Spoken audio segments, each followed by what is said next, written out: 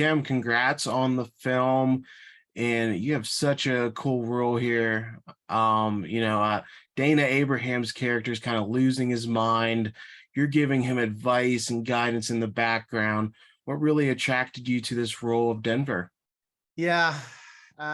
Look, I've done so much. I feel like I'm 120 years old now.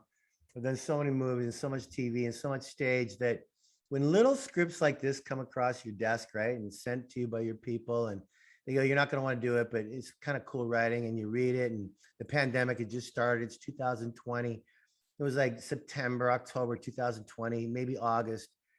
And this was one of the very first films back during the pandemic, bro. And film and television was doing it right. We were all wearing masks and getting, COVID tested every day. This is before the vaccines were available. No one wanted to get sick, that's for sure. This story, I never read anything like it, to tell you the honest truth, Tyler. The mental health aspect of this story, yes, it's very Hitchcock. Yes, it's a psychological thriller.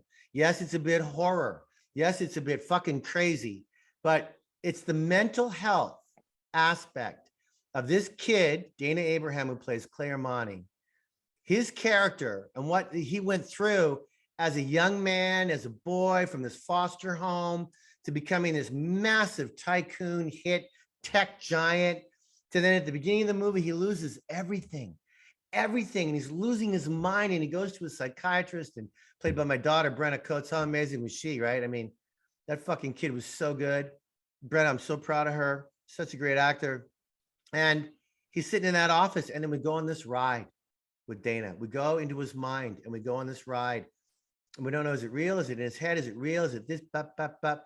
And my character of Denver is intertwined like a needle in a thread all the way through the movie. And I'm looking, I'm observing, I'm talking to him. Got a couple of other scenes with Britt and my daughter. And I'm telling you, I can't say much about the character. You've seen the movie and you know why. People need to watch this movie in the theater, on their couch with a whiskey and popcorn, because it's a crazy ending. It's a crazy story. And it really is engulfed in mental health, which should be at the forefront of everyone's plate these days. Yeah, definitely. And you spoke about your daughter in the film, and she's great in it. How exciting is it getting to see her really come into her own as an actress?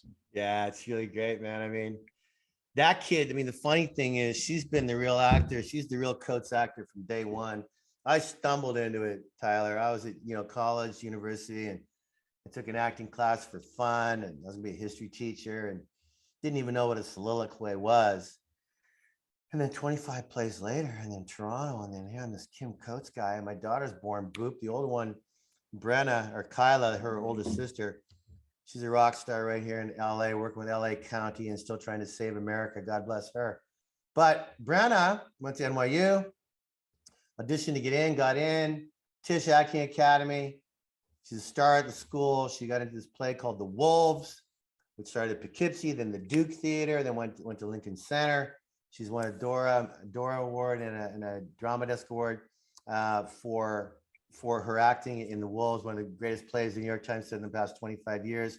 So I'm pretty proud of Brenna and all the theater she's done and all the movies she's done. And she's got this one coming out with her dad, which is kind of cool. She's got another one called Burden, which opens next week as well. She's the female lead of that film, and she's got a couple of offers coming up this fall as well. So yes, it's exciting to watch your kid do so well. Yeah, what's that like? Because you have to kind of find this balance as a father, like all the time. But how do you kind of manage like giving her advice and kind of just letting Oh, her Tyler, have her own career? I don't give her advice anymore, man. I mean, are you kidding? She's young like you. She's 28. She's on her own path now. And does she love her father? Yeah, she does. Is she proud of her old man? I think she is. But I'm her biggest fan.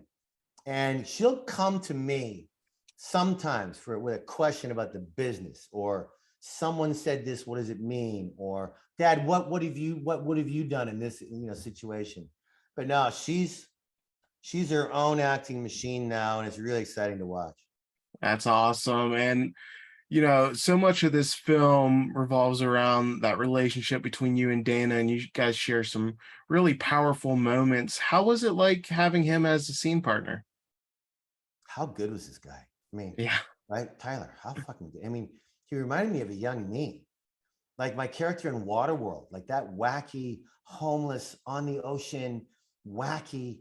I mean, Dana had this incredible ease with his nervousness, his little laughter, his being completely devastated from his growing up days with his dad at home and what it all meant now and as he's a young adult and we get to live his life through the movie and it's so hard to watch at times but to be with him and Ruse Behadari, the director.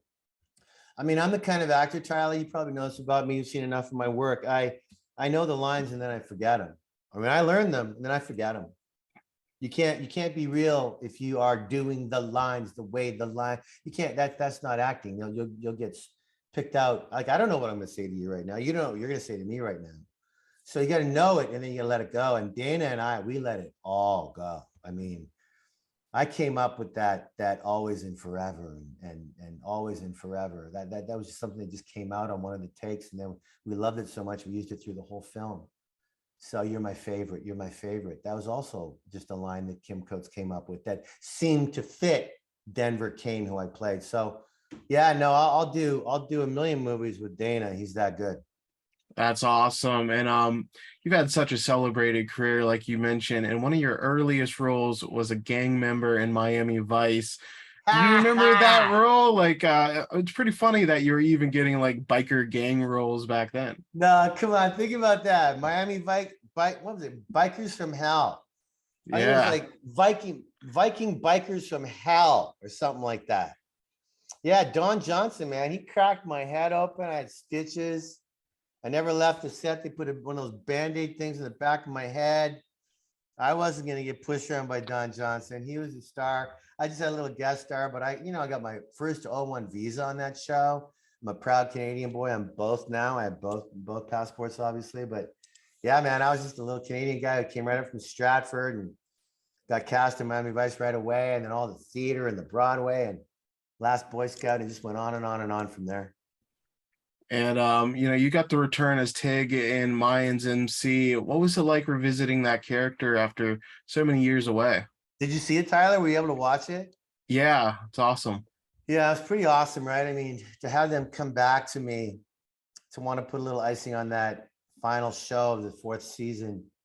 All I said to Elgin James, the showrunner, Kurt Sutter's gone now, is all Elgin and such a beautiful man. I said to him on the phone, I mean, they obviously gave me an offer I couldn't refuse, but it was all about the writing, really. I said, make sure you write for Tig.